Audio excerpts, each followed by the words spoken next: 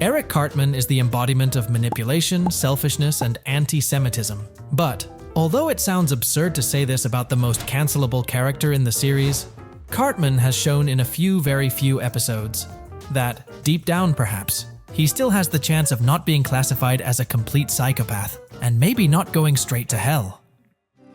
Then again, perhaps I could find space for just this one more. This is seen in the episode when Cartman becomes the Schindler of cats. Mr. Mackey tries to explain to the kids in class how dangerous methods of getting a grade can be, but rather than preventing them, he seems to be giving them a list of the different ways they can do it. Another one of those special moments when the adults of South Park, instead of preventing a tragedy, generate such curiosity in the minds of the kids that they end up inciting the opposite of what they wanted. That's not true. You can't get high off a cat urine, can you?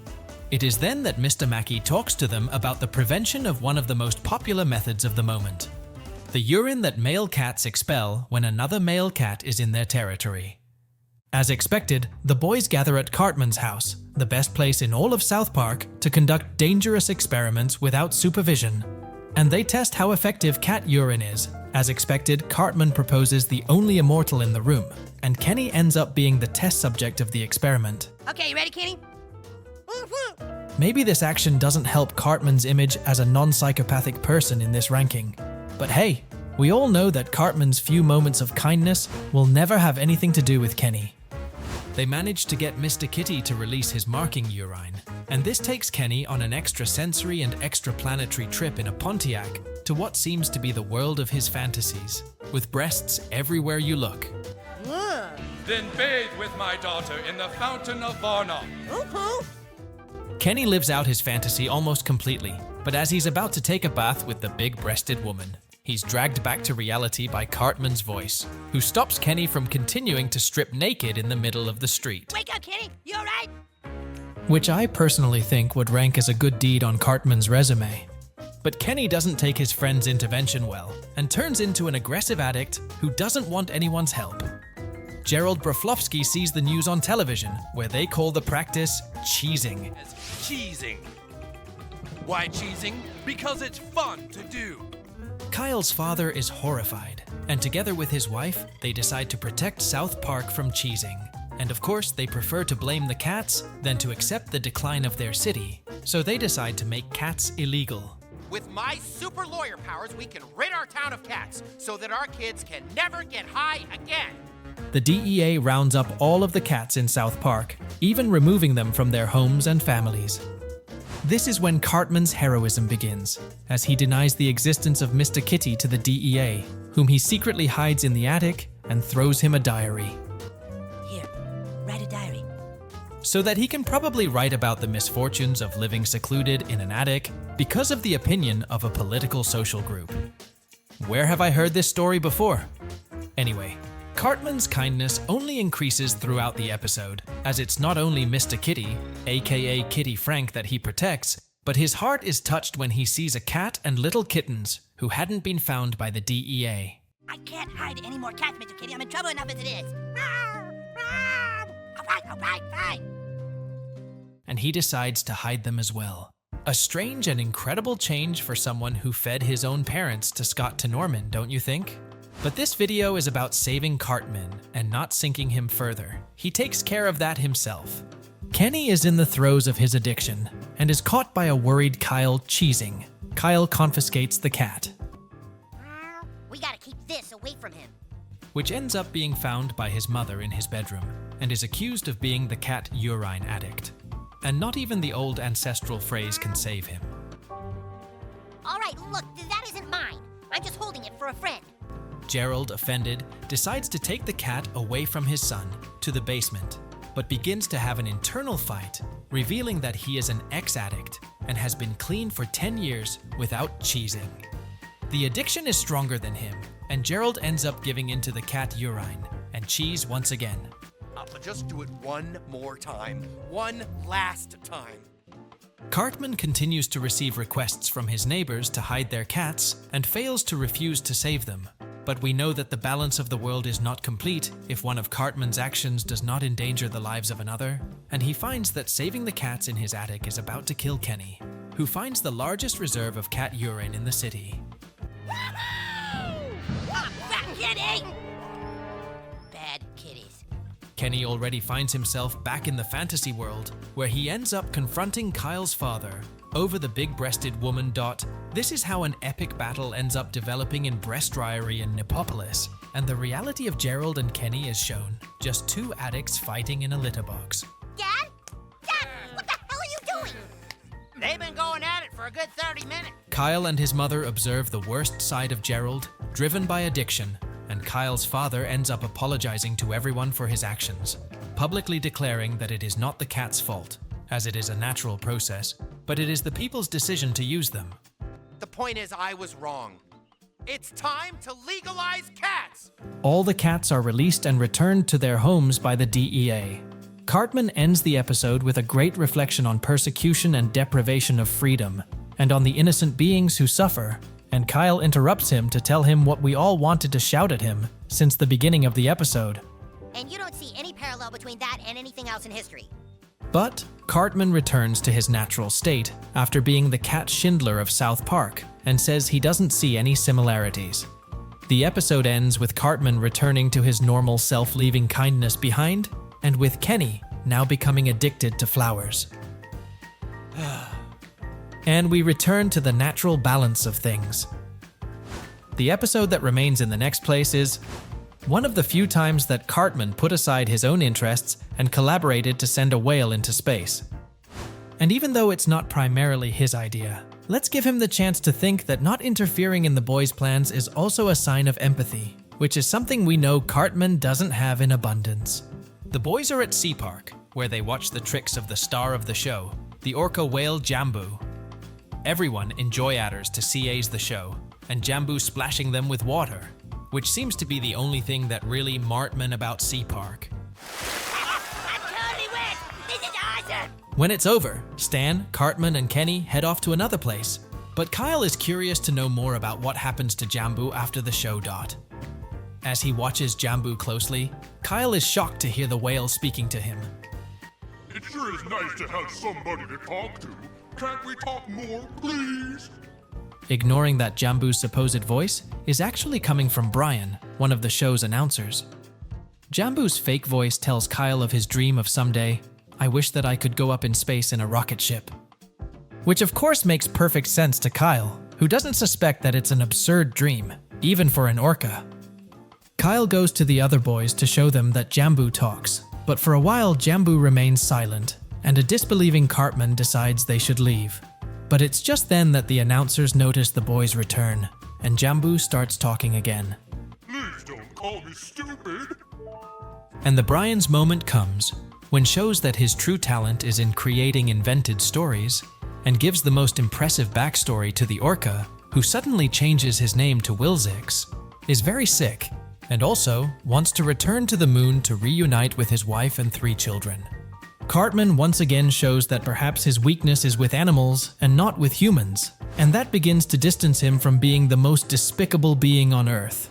So Cartman and the boys decide to meet with some of their classmates to help them free Jambu, aka Lunar Wilzix. They prepare a plan. All right, in order to make our plan work, we're going to need the pool from Clyde's backyard, Timmy's wheelchair, the Russian government, and all of our skateboards. The boys sneak into Sea Park, dressed in dark clothes and with their faces painted, and manage to free Jambu. The next morning, there is a crime scene-like investigation at Sea Park, and Mike and Brian discover that the boys have stolen Jambu. All right, people, it's obvious we're dealing with a highly intelligent animal rights group. Those bastards have done things like this before. Mike, who is the one with the most guilt, begins to freak out knowing that his prank has gotten out of hand. But Brian is always there to remind him that even when the prank has gone too far, it is funny. How? We've got to track down those kids before the police do. In Russia, the government gets a call from Kyle, who wants to hire them to take Wilzix to the moon. Seeing an opportunity to take advantage of some wealthy Americans, his words, not mine, they quote a price of $20 million. But you need to understand, we have a whale here that needs to get back to his family on the moon. But the Russians assume it's a George W. Bush prank and hang up. The guys decide to find another third world country with a cheaper space program. At Denver Marine Park, protesters from the Animal Liberation Front gather to support the boys' initiative to take the whale to save it. Poor woman, unaware of course that their mission plans to end by sending an innocent They belong orca to in the moon. ocean. We applaud whoever did this noble deed. Set the whales free! Brian and Mike are in South Park looking for the whale and find clues from the boys' passage and orca feces in Clyde's pool. Cartman and the rest keep the whale wet in Kyle's room, who, although most of the time is the voice of reason, this time was completely fooled and made his cause a worldwide interest. I can't, Mom. We're working on our school project. The call to the Japanese government and the visit to the Chinese embassy don't go as well as they hoped. But Stan and Craig, who somehow managed to get to Mexico on their own, discover Mexicano Aeronáutica y Espacio Administración, MASA, a cheap version of NASA that will take their Wilzix to the moon for $200. Kyle, Kenny, Cartman, Butters, and Clyde are on their way to meet Stan and Craig in Tijuana to take the orca to the moon when narrators Brian and Mike stop their truck and things start to get complicated, as if transporting a whale in a truck just by being doused with a glass of water isn't complicated enough. Just help us get the whale into our truck and we'll all keep quiet about this. In that moment, Brian and Mike decide to reveal the truth, but the police arrive and demand that they return the whale, believing that they are also involved in the kidnapping. However, ALF comes to their rescue and shoots the police to save them.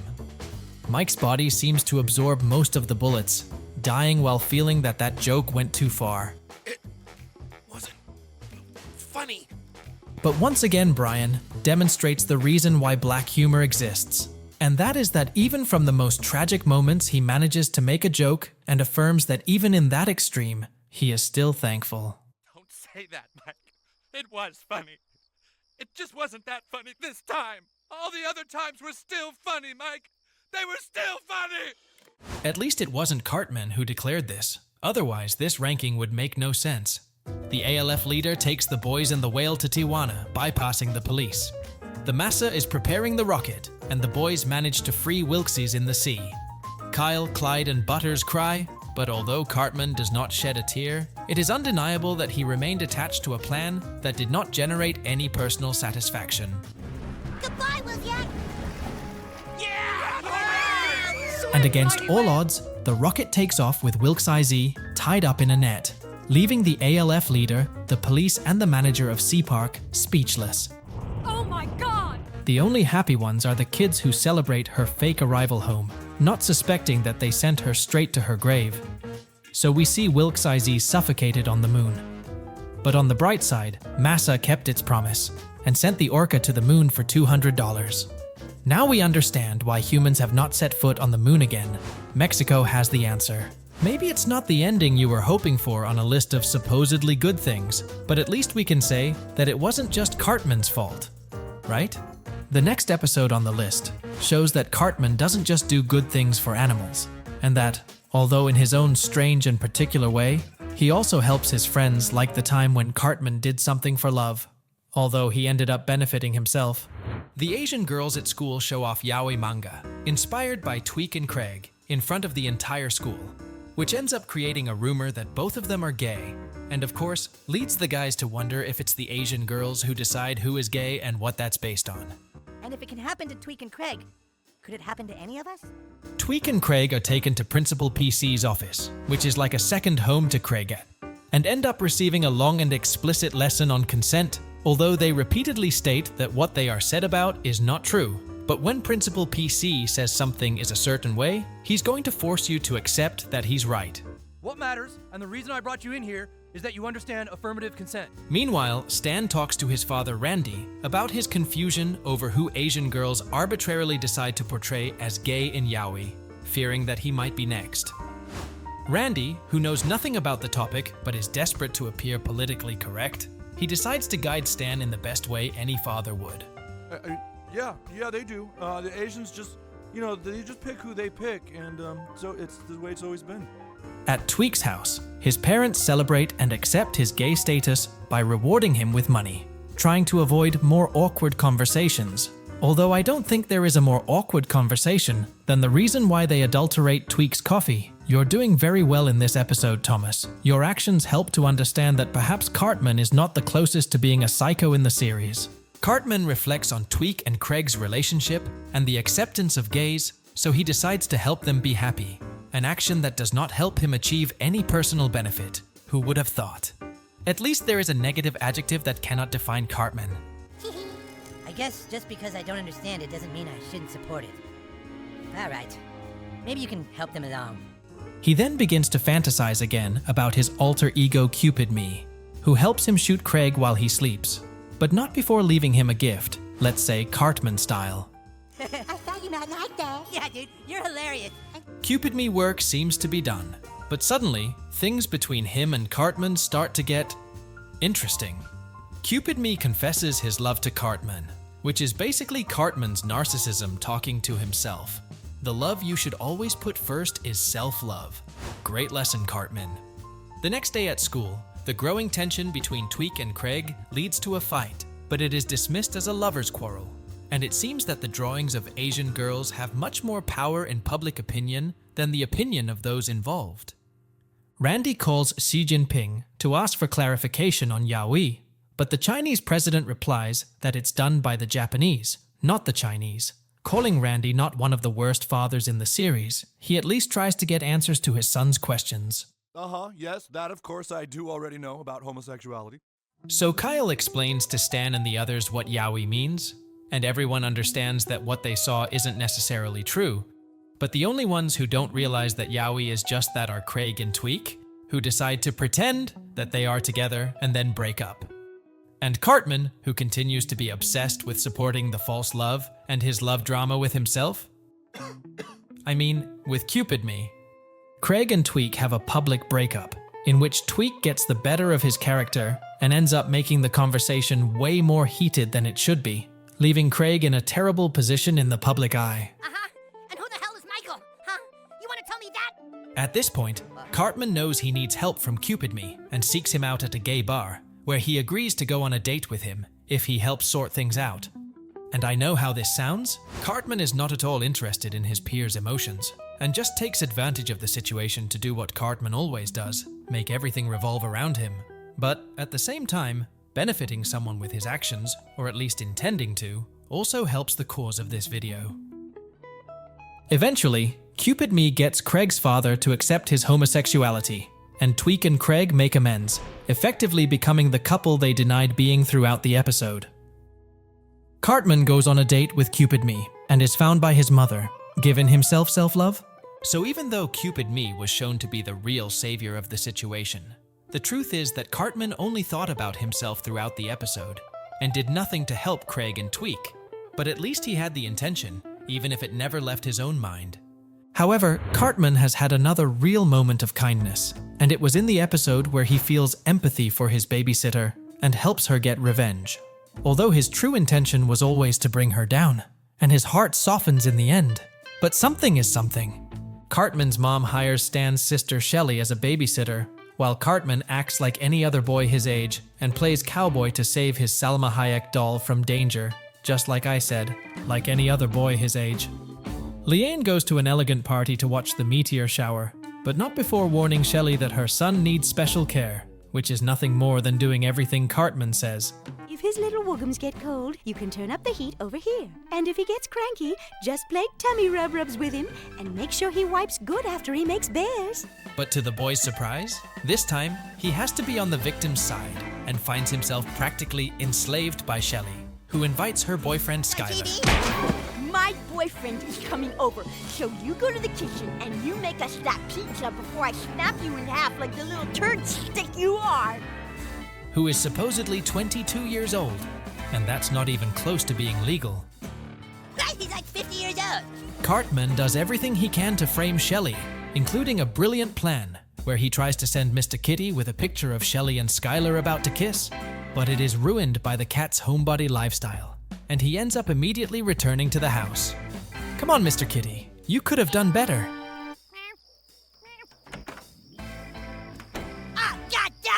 Skylar's gang ends up leaving upset, and Cartman manages to get his mother's number back to call her and accuse Shelley, but Leanne doesn't believe him, and that's just when Cartman is telling the truth. No, that's impossible, hon. I told her no visitors. Cartman exhausts his last resort, and decides to record the conversations between Shelley and Skylar to accuse them, and uses a bit of the manipulation that we know he is a master at to get Shelley to take him with them to see the meteor Watch shower. over me. You know, like we could watch a meteor shower together sometime. And I could pretend I'm somebody's brother, if only for a day. Mr. Kitty, who is in heat, decides to go out in search of a cat, since it seems that lust is hereditary in the family, and ends up taking a large group of cats to an improvised and crazy party at the Cartman house. In his last-ditch attempt to get his mother to believe him, Eric manages to record the voices of Shelley and Skylar. Yes, what a beautiful night. It is Saturday the 12th at 10:45, and my mother is away at a party right now. But the only thing that happened? It's Shelley doesn't want to move on to the next base with Skylar, to which Shelley gives the most obvious answer. 'Cause I'm 12. The supposed 22-year-old breaks up with Shelley and she is devastated. Oh man, 8 days of relationship thrown away. Even though Cartman's plan worked, and he has proof that Shelley is possibly the worst babysitter in South Park, finding her crying on the couch softens his heart, and he offers to get revenge on Skylar together. One of the few moments when someone sad touches Cartman's heart. And when I say few, I mean almost none. Just let me get my cowboy hat. This is how a Salma Hayek imitation, promising that she's taking her clothes off, by Cartman, leads Skylar out of her house, allowing Shelley to destroy Skylar's prized guitar, and together they take revenge on another of the South Park characters who surely ended up in jail. When they return home, they find Mr. Kitty's party filled with catnip, and Skylar appears upset. But Cartman finds the solution and throws catnip at Skylar, causing all the cats in the house to pounce on him. Cartman's mother arrives, and the charm of a kind and friendly Cartman vanishes in a second when he blames Shelley for the disaster of the house. Mom, I can explain. It was all Shelley's fault. She didn't watch the cat. That's why they call it moments in which he proved not to be a psycho, but we don't mention how short those moments last. Mrs. Cartman arrives drunk and doesn't notice anything that happened in the house, and falls asleep on the couch. Shelley and Cartman end up dancing together, and it seems that one of Cartman's most emotionally strong relationships is consolidated. Because although Shelley managed to subjugate him, she ended up softening his heart to the point of making him use his precious Salma Hayek to help her. What a great detail. And last but not least on the list, the episode that contains the most drastic change in Cartman's morals and attitudes, where he finally regrets all the wrong he has done and decides to apologize to everyone. At the beginning of the episode, the boys are waiting for Stan's mom to bring them some crispy chicken for dinner. But when she arrives, Cartman manipulates them as he usually does. So they go help Stan's mom, and he stays there eating the crispy chicken skin. Come on, guys. If we all help out, we can do it super fast. All right, let's go. Oh my God, that smells good. By the time they return, Cartman has already eaten the most desired part and is ready to go home to read comics. Kenny cries, and they decide that this time, Cartman has crossed the line. Cartman, you ate the skin off of every piece of chicken! Strangely, the rest of Cartman's actions seem okay, but they are disappointed that he ate their KFC. Stan, we need to re-examine our priorities. The next day, while waiting for the bus, Stan, Kyle, and a hurt Kenny, who still pines for the chicken skin that was taken from him, decide to ignore Cartman, but not before remembering why they are his friends. And without finding a good reason, Kyle remembers the cruel reality. For years! Well, it's not like we're nice to him. I mean, we rip on him all the time. Yes, but he thrives on that. Finally, a sincere explanation from the 4 people who have the least in common on the planet. The plan to give Cartman the silent treatment begins, and he does what Cartman always does: invent any incredibly absurd reason to explain reality. What? How did... Like they couldn't see or hear me. It's almost as if I were... dead.